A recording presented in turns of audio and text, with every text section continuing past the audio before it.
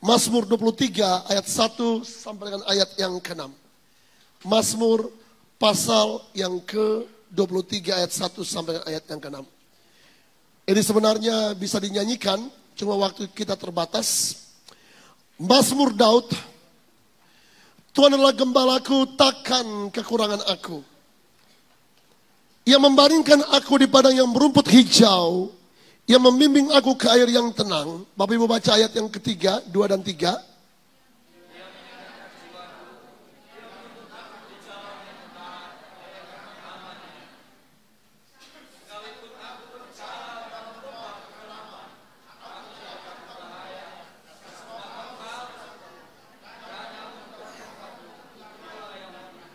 Engkau menyediakan hidangan bagiku di hadapan lawanku. Engkau mengurapi kepalaku dengan minyak.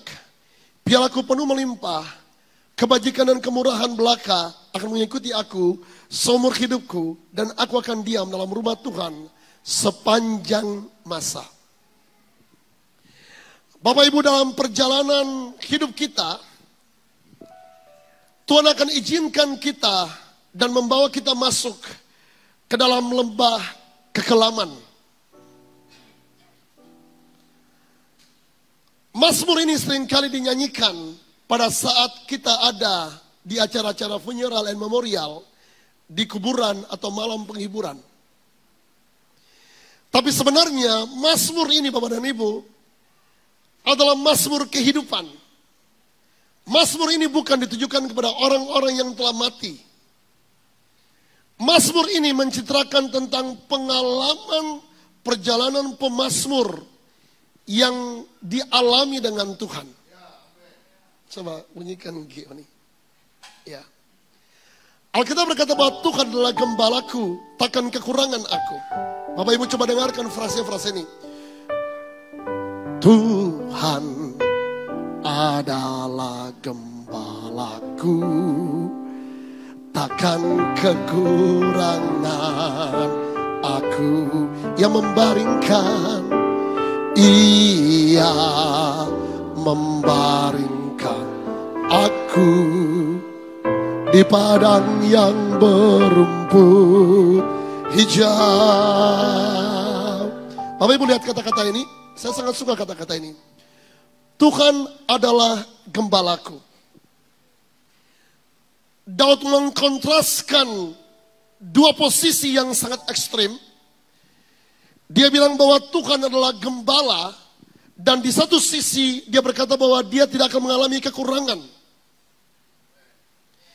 Jadi sebenarnya dia ingin membalikan keadaan, bahwa walaupun dalam keadaan yang sangat sulit sekalipun, keadaan kekurangan sekalipun, Tuhan adalah Tuhan yang sanggup untuk mencukupkan di tengah-tengah kekurangan. Come on. Tangkap ini baik-baik.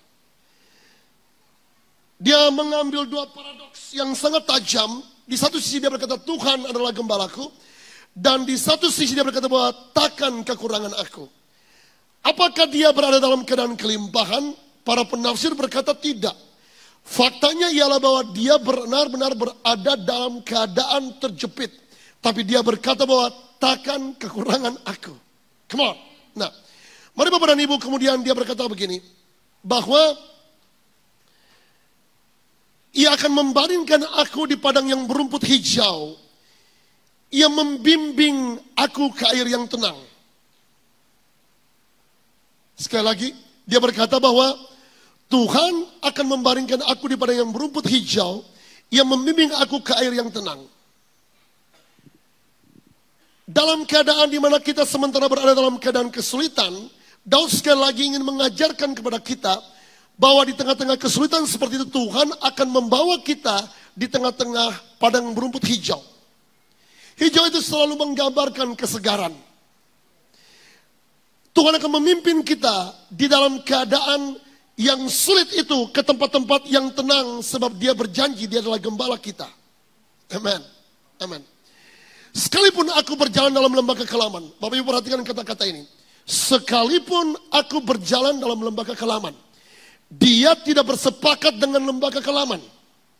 Dia tidak menyerah kepada lembah kekelaman. Apa itu lembah kekelaman? Lembah kekelaman itu penyakit. Lembah kekelaman itu problem. Lembah kekelaman itu kekurangan. Lembah kekelaman itu depresi. Lembah kekelaman itu stres. Bapak Ibu, tadi pagi ada seorang ibu yang datang ke sini. Dan dia menderita epilepsi. Lalu apa yang dikatakan oleh Alkitab itu benar-benar terjadi. Dia membakar dirinya berkali-kali. Ingat beberapa gadis yang datang di hari Jumat kemarin. Hampir setiap hari mereka mengalami pengalaman perjumpaan dengan dunia orang mati. Seperti ada mayat yang datang menjemput, mengepung mereka setiap waktu. Nah, brother sister, perhatikan baik-baik. Apa yang Alkitab ingin katakan kepada kita. Perhatikan baik-baik. Alkitab berkata begini bahwa, Anda perhatikan Bapak dan Ibu. Sekalipun aku berjalan dalam lembah kekelaman, aku tidak takut bahaya. Sebab engkau besertaku. Gadamu dan tongkatmu itu yang menghibur aku. Dia berjanji bahwa walaupun akan ada lembah kekelaman, tapi akan ada gada dan tongkat Tuhan yang akan menghibur kita. Halo? Halo? Perhatikan baik-baik. Jangan bersepakat dengan lembah kekelaman itu, tapi engkau harus berdiri membalikan keadaan itu. Bahwa sekalipun aku berjalan dalam lembah kekelaman, aku tidak takut bahaya. Jangan bersepakat dengan penyakit. Jangan menyerah dengan keadaan. Jangan menyerah dengan situasi. Kita harus membalikan keadaan itu dengan perkataan-perkataan seperti itu. Aku tidak takut bahaya. Aku akan disembuhkan. Aku akan dipulihkan. Tidak ada yang dapat membahayakan kehidupanku. Nah, Bapak Ibu perhatikan baik-baik. Lembah kekelaman tidak ada hubungannya dengan kematian. Lembah kekelaman juga tidak ada hubungannya dengan perjalanan dalam hadirat Tuhan. Tapi konteksnya ialah, sebagai gembala agung, Tuhan akan membawa kita melewati daerah yang diduduki oleh musuh. Daerah-daerah yang tidak ramah, tempat-tempat pergumulan, tempat-tempat persoalan, tempat-tempat di mana membuat kita sepertinya ditinggalkan Tuhan. Tapi pada saat itulah, jika kita berseru dan kita percaya, Tuhan akan menyatakan kekuasaan dan kedaulatannya atas hidup kita. Amin. Amin. Nah, Bapak Ibu, serigala ganas menanti kita di tempat-tempat yang tersembunyi. Seperti domba, dia siap untuk menerkam kita setiap waktu. Tapi sekali lagi, ujung dari semua perjalanan ini, kita akan lihat sebuah perjamuan yang dihiasi dengan hidangan makanan yang Tuhan sediakan bagi kita. Akan ada perjamuan yang indah. Akan ada situasi di mana kita akan melihat kemuliaan Tuhan dinyatakan. Ujungnya ialah, jika kita bisa melewatinya, kita akan lihat pemeliharaan tangan Tuhan yang ajaib, yang luar biasa di tengah-tengah kehidupan kita. Amin. Amin. Kejar tolong Bapak yang tadi pagi datang lagi, Pak siapa yang tadi pagi sudah mulai bisa berjalan, ya. Terima kasih, masih ada datang. Nah, Bapak Ibu, Yesus berkata dalam Yohanes 7 ayat 38, barang siapa percaya kepadaku, seperti yang dikatakan oleh kitab suci, dari dalam hatinya akan mengalir aliran-aliran air hidup. Come on. Alkitab berkata bahwa barang siapa percaya kepadaku, seperti yang dikatakan oleh kitab suci, dari dalam hatinya akan mengalir aliran-aliran air hidup. Allah tidak menetapkan kita untuk hidup dalam posisi yang statis, menerima keadaan. Allah memanggil kita untuk hidup secara dominan, agresif. Come on. Allah memanggil kita untuk hidup dominan dan agresif. Kita tidak boleh takluk kepada situasi. Kita harus berdiri dan meyakini bahwa barang siapa dalam Kristus, ada aliran air kehidupan yang ada di dalam sini. Dan aliran air kehidupan itu terus mengalir. Terus mengalir. Dan aliran itu membawa kehidupan kepada kita. 1 Yohanes 4 ayat 4. Brother sister, lihat ayat ini. 1 Yohanes 4 ayat 4.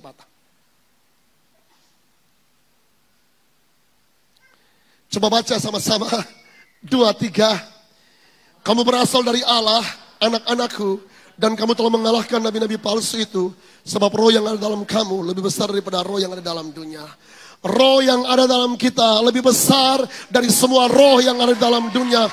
Kita harus berdiri dengan dominan, kita harus berdiri dengan agresif, dan kita harus membalikan keadaan bahwa situasi lagi sulit di depan kita, tetapi kita harus menyatakan bahwa akan ada kehidupan di sana.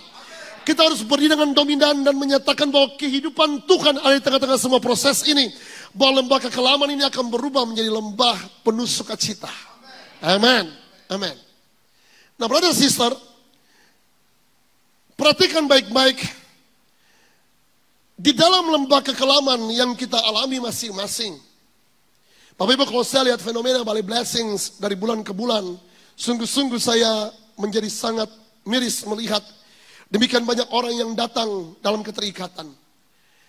Hari Jumat kemarin Tuhan tuntun saya untuk berbicara soal roh orang mati.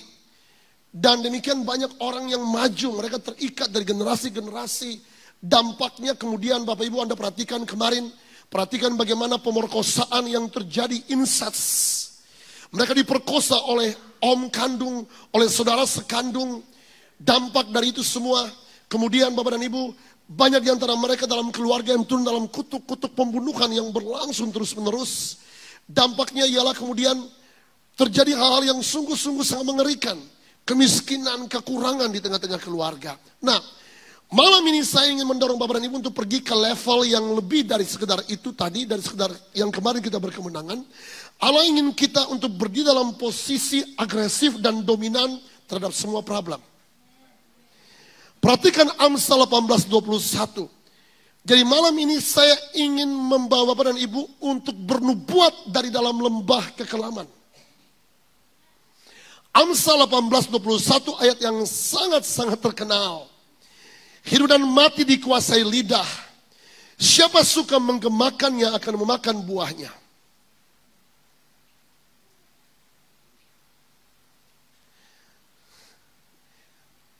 Dapatkah Anda membayangkan dan memikirkan bagaimana caranya seorang ibu yang kemudian sejak dia SMA,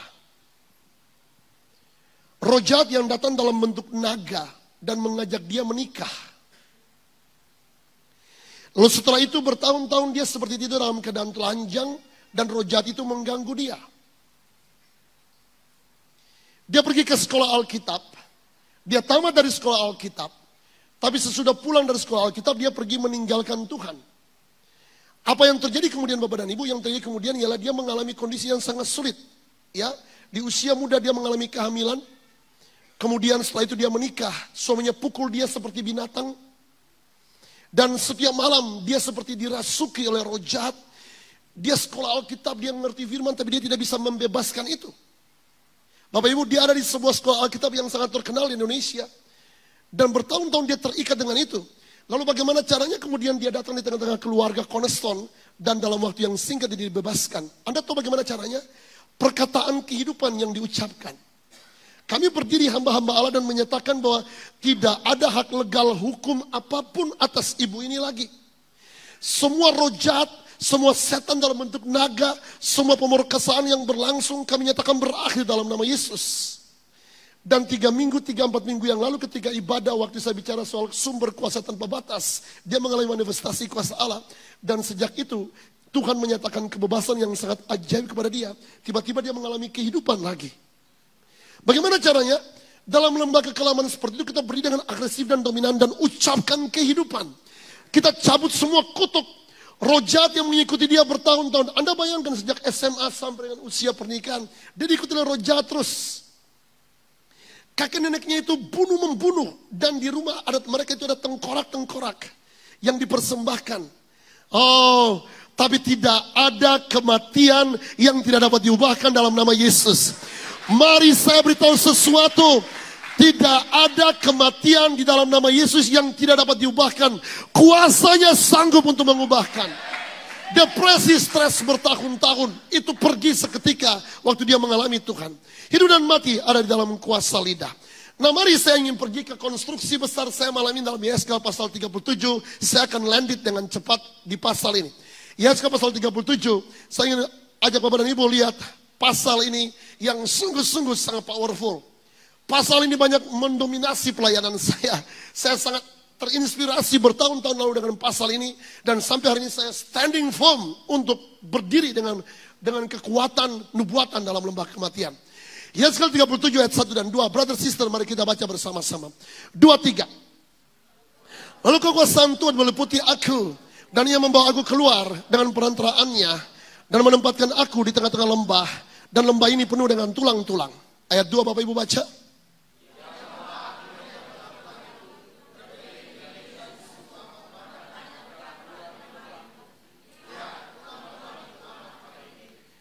Bapak Ibu coba lihat sebuah pemandangan yang sangat mengerikan. Ini sebuah lembah yang penuh dengan mayat.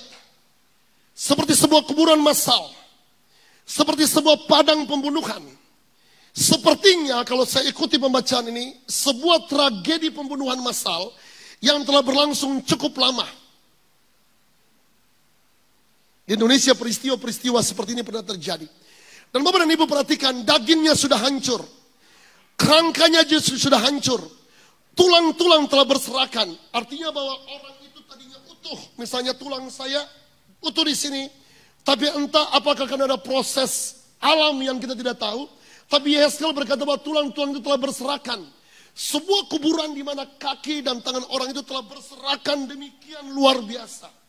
Dan Anda perhatikan, Tuhan berkata kepada Yehezkiel, hai anak manusia, dapatkah tulang-tulang itu dihidupkan kembali? Mari saya tanyakan berita ini kepada Anda semua. Apakah yang lumpuh tidak bisa berjalan malam ini? Apakah yang terikat roh jahat tidak dapat dihidupkan malam ini? Brother, sister yang ada di Cornerstone Television Streaming malam ini. Mari saya tanyakan pertanyaan yang sama yang Tuhan tanyakan kepada Yehezkiel. Apakah tidak mungkin bocor jantung itu malam ini disembuhkan?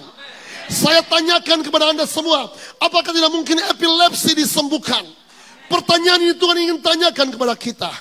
Nah, Bapak Ibu perhatikan, Yehezkiel sadar akan ketidakmampuan manusiawinya. Lalu dia jawab Tuhan dengan pernyataan manusiawi. Saya pikir ini human being. Ya Tuhan Allah, Engkaulah yang mengetahui. Sadari dulu bahwa semua pekerjaan yang itu tadi terjadi karena Tuhan dan kita cuma alat dalam tangan Tuhan. Lalu kemudian perhatikan baik-baik. Lihat frase berikutnya, kata-kata berikutnya. Tuhan kemudian memerintahkan Yehezkiel melakukan hal yang luar biasa ini. Bernubuatlah mengenai tulang-tulang ini dan katakanlah kepadanya, hai tulang-tulang yang kering, dengarlah firman Tuhan. Are you crazy? Bapak dan Ibu, apakah engkau sementara gila dan bermimpi lalu kemudian bangun dan Tuhan bilang kepada Anda untuk nyatakan kehidupan atas tulang-tulang yang telah kering? Kalau orang mati bangkit kita sudah lihat.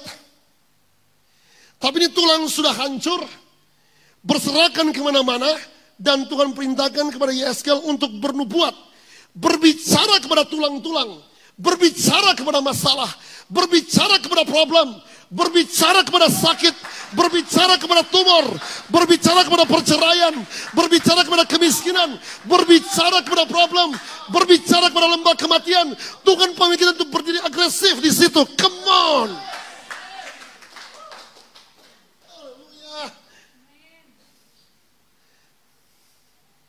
Sampai sini dulu lah, saya mau pergi ke cerita saya dulu supaya menolong Bapak dan Ibu. Bapak Ibu, November tiba-tiba saya mengalami, saya selesai olahraga saya cukup ketat.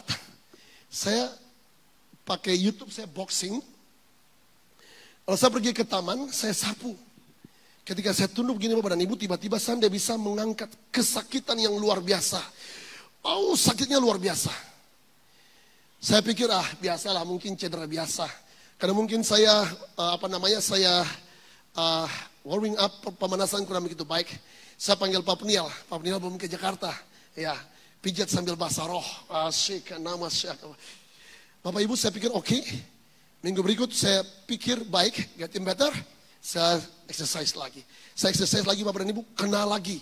Wah, kena lagi. Saya panggil Pak Peniel lagi. Saya olahraga lagi, kena lagi. Waduh. Bapak Ibu, sakitnya itu Pak, sampai di sini Pak. Sampai di sini, di jantung. Sakitnya luar biasa. Lalu saya pergi ke dokter. Dokter ketok-ketok tulang saya. Dia pegang sini, dia pegang sana. Dia bilang, Pak, penyempitan urat saraf dan keseleo tulang pinggul. Alternatifnya dua, operasi atau suntik. Ini bukan seperti suntik pergi ke mantri, bukan. Suntik ini harus di meja operasi, presisinya diperhatikan, baru ditusuk. Sakitnya katanya itu 7 turunan katanya. Lalu dokter kasih saya minum obat. 2 minggu. Saya pulang, saya minum obat. Malam pertama saya minum obat, langsung kena di lambung saya. Wah, saya tahu Tuhan lagi bicara sesuatu kepada saya. Dan saya pergi ke kamar tidur, ke kamar doa, saya berdoa. Lalu Tuhan bilang, hentikan obat. Hentikan obat. Waduh, sakitnya ini Pak, ya. Saya beritahu, sakitnya itu sampai di kuku saya sakit. Saya tidur tidak bisa bergerak ke kiri ke kanan. Tapi Bapak Ibu kan tidak tahu kan, saya tetap berkhotbah kan, ya. Cuma penatua-penatua aja yang tahu, saya beritahu secara intern kepada penatua untuk cover dalam doa. Lalu saya berdoa dan Tuhan bilang kepada saya, come on, berdiri dalam otoritas. Saya putuskan hari itu langsung hentikan obat dan saya ambil perjamuan kudus pagi sore hari. Pagi sore saya ambil perjamuan, saya ambil minyak urapan, saya urapi diri saya pagi sore dan saya berdiri dengan otoritas dominan agresif. Saya tidak mau jadi orang yang kalah dan saya nyatakan demi nama Yesus, semua penyempitan urat saraf ini berakhir. Saya nyatakan demi nama Yesus, saya tidak akan minum obat lagi. Saya nyatakan demi nama Yesus, semua keseleo, semua cedera, apapun namanya harus berakhir demi nama Yesus. Saya nyatakan semua roh jahat yang mengikat saya. Bapak Ibu tahu dalam proses itu iblis tuduh saya gini, kamu kan berdoa bagi banyak orang. Kamu pergi ke kota-kota, kamu pergi ke bangsa-bangsa. Kamu berdoa bagi banyak orang, orang sembuh. Sekarang kamu lumpuh. Sekarang kamu lumpuh. Saya berdiri balik dan saya nyatakan dengar beritamu omong kosong. Beritamu omong kosong. Saya tanya dokter spesialis yang dari Jepang di sini. Saya tanya, Pak ini bagaimana Pak? Dia bilang kepada saya, Pastor Henry, penanganannya 1 tahun. Tapi Bapak harus super hati-hati karena potensi kelumpuhan besar depan. Saya bilang, oh terima kasih untuk nasihatnya. Dan saya berdiri dalam otoritas. Pak Aris dan Pak Peter datang di rumah bantu berdoa bagi saya. Lalu kemudian kami di dalam otoritas kami cabut semua duri-duri kegelapan. Dan saya nyatakan kesembuhan, saya perintahkan semua tulang-tulang normal, penyempitan urat saraf disingkirkan. Dan saya ingin lihat, saya berjalan kembali normal. Saya nyatakan kehidupan Tuhan datang. Dan saya beritahu, 1,5 bulan saya kembali bisa berdiri, tidak lagi kesakitan apa-apa. Saya kembali bisa berolahraga dengan normal kembali. Sebab Bapak dan Ibu perhatikan, Alkitab berkata, bicaralah kepada tulang, bicaralah kepada masalah, beritahukan problem, beritahukan kekurangan, beritahukan kemiskinan, kau harus pergi dari hidupku.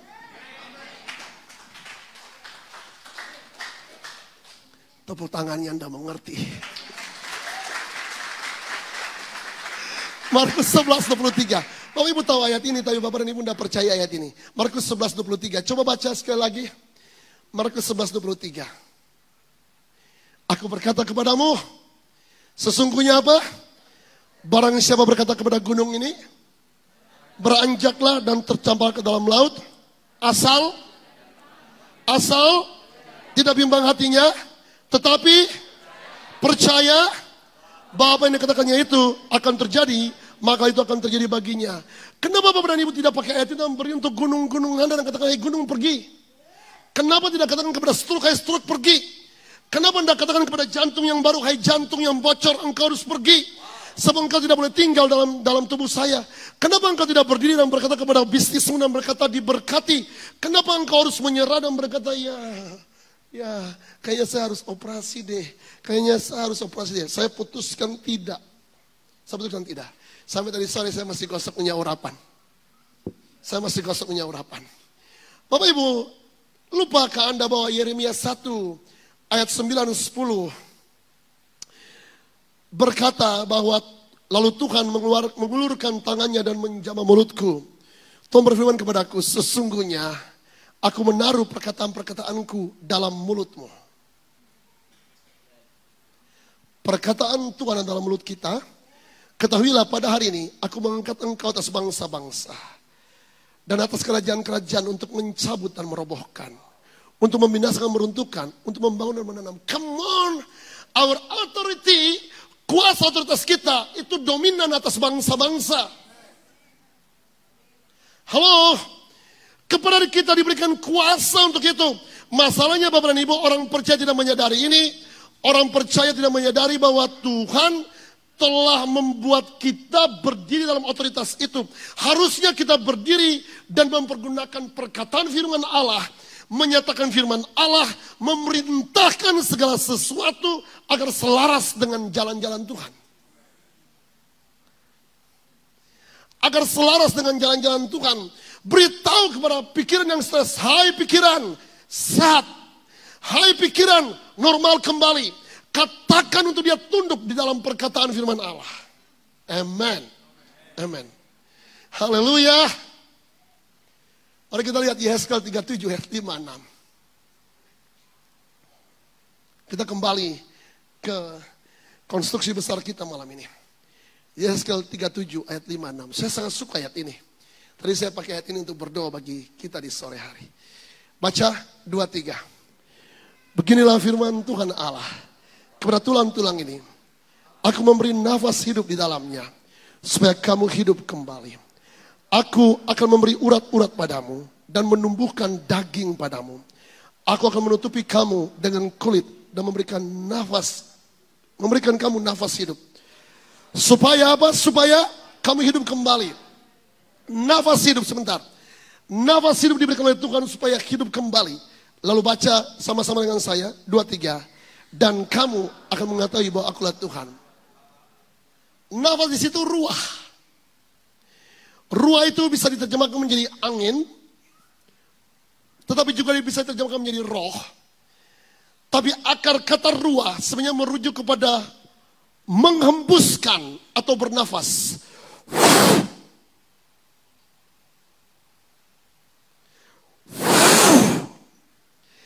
Kata ruah itu menunjuk kepada roh kehidupan.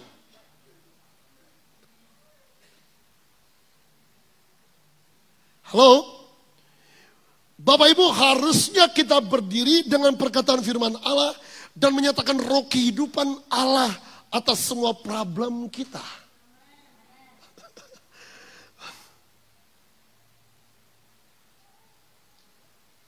Saya pikir saya bisa panggil semua orang dalam ruangan ini, terutama mereka yang telah berkomitmen cukup lama di sini. Dan Bapak Ibu bisa menceritakan bagaimana karya perbuatan tangan Tuhan yang supernatural telah terjadi di tengah-tengah kehidupan kita.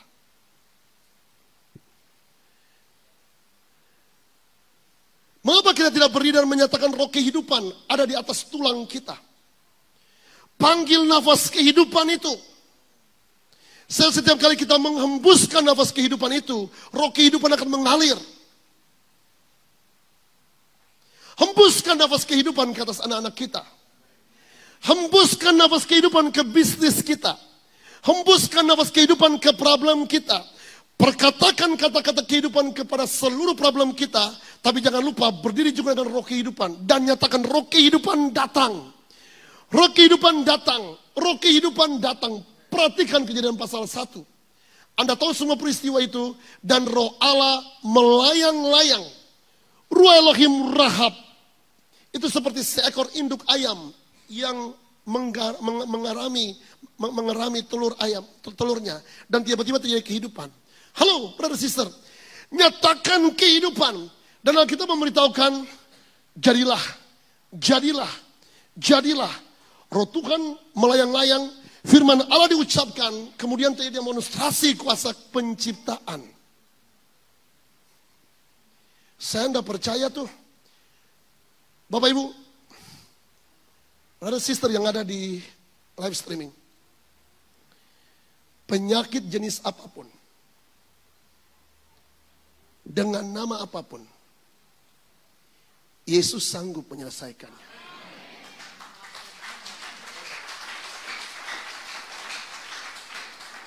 Problem apapun, dia sanggup untuk menyelesaikannya.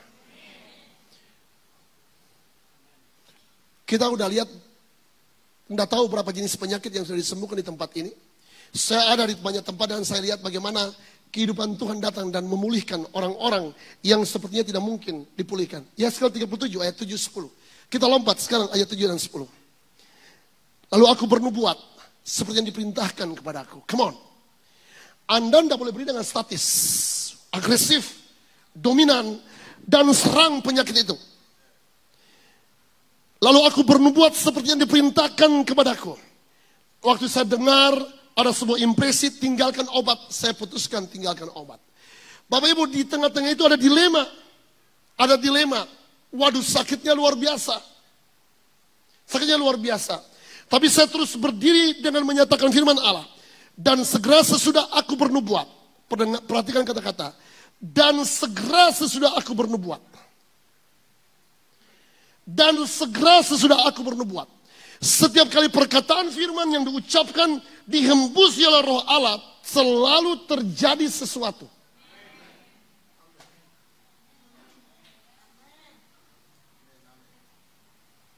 Saya lindungi jantung saya setiap hari.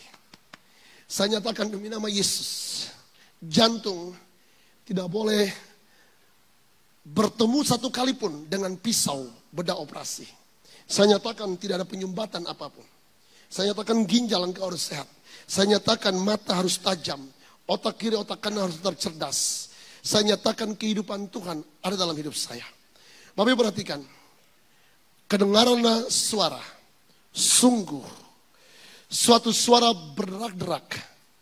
Dan tulang-tulang itu bertemu satu sama lain. Anda bayangkan aja. Kaki entah di mana. Tangan di mana. Telinga di mana. Hidung di mana. Semua sudah berserak. Sedang aku mengamati-amatinya. Lihat. Urat-urat ada dan daging tumbuh padanya. Kemudian kulit menutupinya. Tapi mereka belum bernafas. Coba lihat pemandangan itu. Saya beritahu kalau Anda ada di situ semua lari terbirit-birit. Ya. Ini kuburan massal. Tiba-tiba kaki jalan. Tangan jalan. Ya, halo.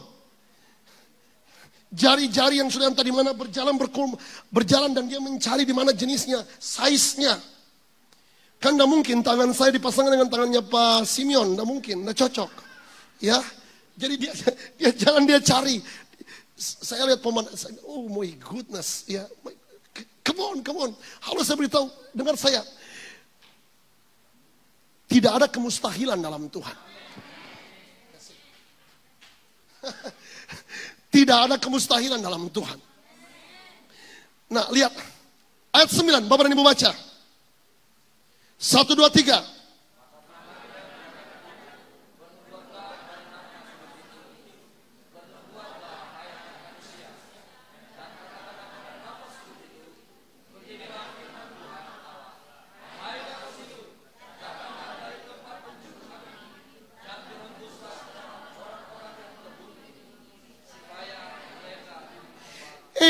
Alkitab berkata bernubuatlah untuk nafas hidup. Alkitab tidak bilang begini, katakan kepada suamiku, memang laki-laki tidak tahu diri. Alkitab tidak bilang gini, memang perempuan cerewet. Alkitab tidak menyatakan bahwa memang suamiku tidak pernah berubah. Dan dia tidak akan pernah berubah. Tapi kalau ibu menyatakan seperti itu, akan terjadi terus seperti itu. Alkitab berkata bernubuat kepada nafas hidup. Panggil nafas hidup. Perintahkan nafas hidup, datang kepadanya. Halo brother sister, dia mungkin sementara hidup tapi dia sudah mati. Semua mereka yang tidak mengerti firman Allah itu mati. Ciptakan kehidupan, nyatakan kehidupan, panggil nafas kehidupan, beritahu ruah Elohim, datang dan menjamah. Perhatikan, datanglah dari tempat penjuru angin dan berhembuslah ke dalam orang-orang yang terbunuh ini supaya mereka hidup kembali. Lalu aku bernubuat, saya suka kata-kata ini. Sekali lagi, Yesus bilang, lalu aku bernubuat seperti yang diperintahkannya kepadaku. Bapak Ibu, Anda tahu maksud ini? Kalau sebuah frase diulang-ulang berkali-kali dalam sebuah pasal yang sangat singkat, Alkitab ingin menandaskan begini. Kita akan standing, facing problem. Kita akan berdiri berhadapan dengan problem. Nah, banyak di antara Anda yang ketika berada dengan problem, Anda lihat problem sebagai problem. Waktu Anda menyatakan firman Allah, dan Anda lihat suami belum berubah, Anda mulai mundur. Oh iya, memang dia tidak bisa berubah. Oh iya, saya memang jadi seperti ini. Oh iya, ya bisnis saya jadi seperti ini. Oh iya, iya. Anda mundur perlahan-lahan. Tapi Alkitab bilang begini, bernubuat. Berkali-kali kata itu diulang. Sebenarnya apa yang Yesus bilang begini, jangan lari, berdiri terus dan katakan kehidupan. Katakan nafas kehidupan datang. Katakan hai suami engkau bertobat. Katakan hai suami engkau berkemenangan. Katakan hai suami engkau berkehidupan. Mari saya kasih hal yang praktikal kepada Bapak dan Ibu. Jika engkau lagi bergumul kepada suamimu dan suamimu belum bertobat, dia masih keras kepala, kepala batu, seperti batu hitam di sungai. Jangan katakan kata-kata yang negatif tentang dia. Dia pergi kemanapun, biarkan dia pergi. Ambil minyak urapan dan letakkan minyak urapan di tempat tidur. Kalau dia masih suka pergi ke kasur-kasur yang lain, bilang kepada dia, letakkan minyak urapan di kasur dan katakan begini, engkau pulang, engkau tidur di sini, kasur ini akan mengisap engkau. Tertidur di sini dalam hadirat Tuhan. Kalau dia masih suka pergi makan-makan, dia masih suka kasih uang kepada nona-nona yang lain, urapi meja makan dan katakan, kamu pulang, kamu makan di meja makan ini, puas di sini. Kalau dia masih suka pergi kepada tempat-tempat yang tidak berkenan, urapi sepatunya dan katakan, sepatu kamu itu adalah kasut kenalan untuk memberitakan Injil damai sejahtera. Urapi sepatunya dan katakan nafas kehidupan mengontrol engkau sehingga engkau tidak berjalan kemanapun. Halo? Come on. Come on. Ruah itu roh. Kita tahu bahwa roh Allah ada di tengah-tengah kita. Mengapa Bapak dan Ibu tidak berdiri atas toko Anda pagi hari dan menyatakan dalam nama Yesus, saya kirimkan nafas kehidupan dari utara, selatan, timur, dan barat atas toko saya. Mengapa Bapak dan Ibu ketika pergi bekerja tidak menyatakan pagi hari ini saya akan ketemu dengan klien yang sulit itu akan datang bertemu dengan saya. Mengapa Bapak dan Ibu tidak ucapkan nafas kehidupan datang atas seluruh penyakit saya, otak yang baru. Kanker harus pergi. Semua problem ini harus pergi dalam nama Yesus Tuhan. Lihat ayat 7. Aku bernubuat seperti yang diperintahkan kepadaku. Aku bernubuat seperti yang diperintahkan kepadaku. Dan segera sesudah aku bernubuat, kedengaranlah suara. Halo? Waktu kita menyatakan sesuatu, mata kita mungkin belum melihatnya. Kedengaranlah suara. Saya duduk merenungkan ayat ini. Kenapa Yehezkiel tidak melihat? Tapi Yehezkiel mendengar. Anda mengerti ayat ini? Gini, halo. Jadi pada dimensi itu kita harus berdiri dengan manusia roh kita. Mempercayai bahwa roh sementara bekerja. Mata jasmani belum lihat. Tapi roh sementara bekerja. Mata jasmani belum lihat kesembuhan. Tapi roh sementara menyempurnakan kesembuhan. Mari saya nyatakan malam ini. Kepada Bapak dan Ibu yang datang dari luar, saya nyatakan kepada semua saudara-saudara yang ada di live streaming malam ini, saya nyatakan kehidupan Tuhan turun atas Bapak dan Ibu. Saya nyatakan semua roh depresi harus pergi. Saya nyatakan demi nama Yesus, kesembuhan terjadi. Roh-roh jahat engkau harus pergi. Dan saya nyatakan kesembuhan untuk semua anatomi tubuh. Coba katakan dengan saya nyatakan malam ini, jantung saya sehat.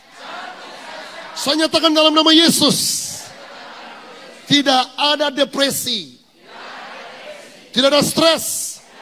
Saya nyatakan tidak ada penyumbatan apapun atas jantung saya. Saya nyatakan kehidupan Tuhan mengalir atas semua anatomi tubuh saya. Saya sehat. Saya sehat. Tidak ada kanker. Tidak ada tumor. Roh Tuhan mengurapi aku. Dalam nama Yesus. Terjadi seperti itu. Amin. Amin. Bapak Ibu mari saya tunjukkan satu ayat. Yohanes 12, 49, 50.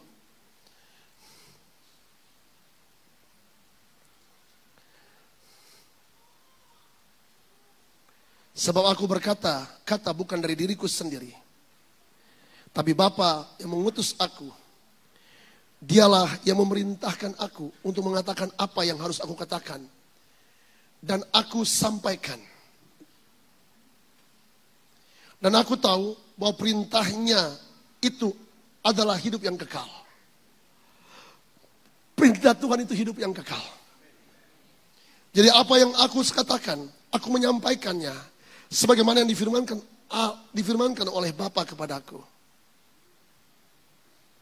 Karena itu penting bagi Bapak dan Ibu untuk membaca firman Allah. Mengetahui kehendak firman Allah. Mengerti apa yang Tuhan mau katakan. Mengerti apa yang Tuhan mau lakukan. Baca firman, nanti Tuhan kasih firman rema kepada kita. Tuhan kasih firman rema kepada kita. Dan waktu rema itu datang Bapak dan Ibu, kita harus katakan. Sebab kita berkata gini, dia yang memerintahkan aku untuk mengatakan apa yang aku harus katakan. Katakan kehidupan. Katakan kehidupan kepada apa yang harus terjadi. Saya minta tolong Ibu tolong berdiri sekali lagi. Ibu, ya Ibu yang baju merah muda. Ya Ibu. Ibu sama Bapak, ya Bapak tolong berdirikan Ibu di tengah-tengah. Ibu, ya Ibu, benar-benar. Ibu yang kemarin, ya di sini Bu. Ibu taruh handphone sebentar Bu. Taruh handphone sebentar. Thank you Jesus.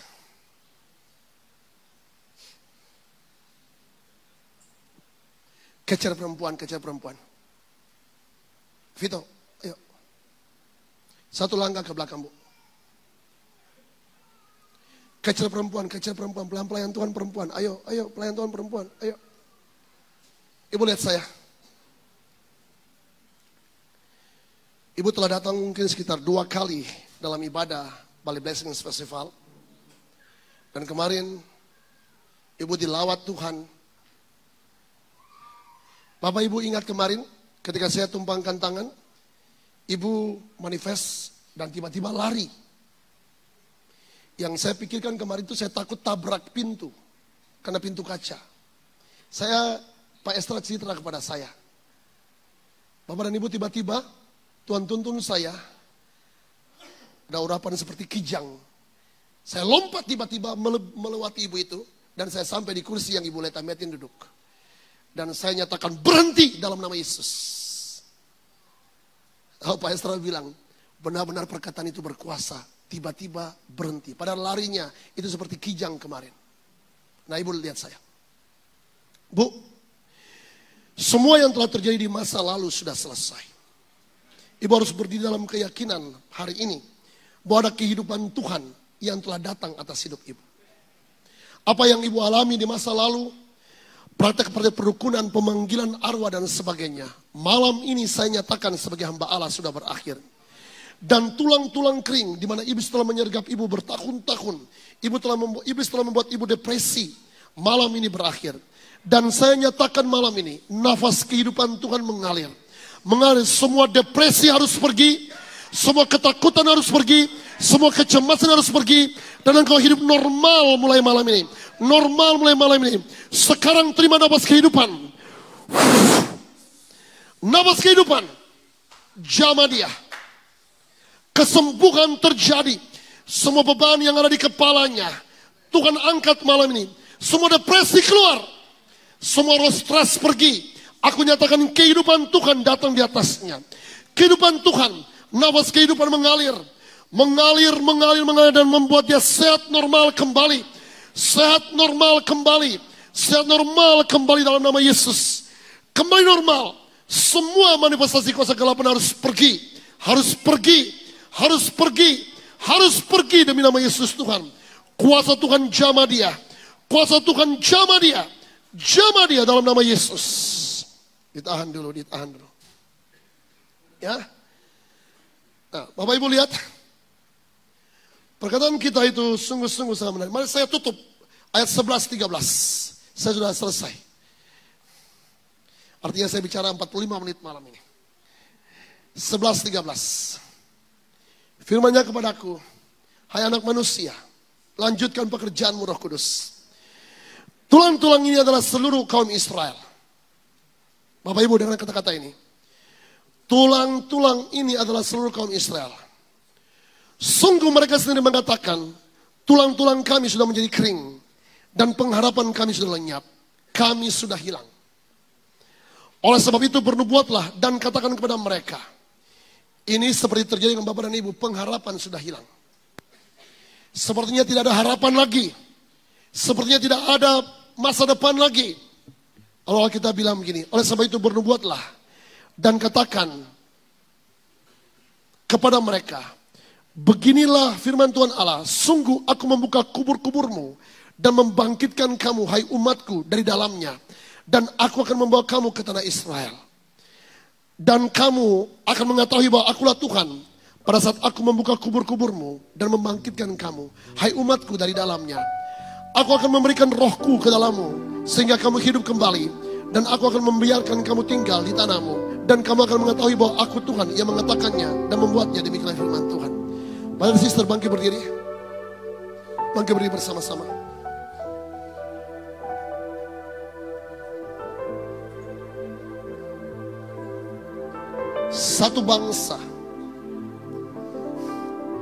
Satu bangsa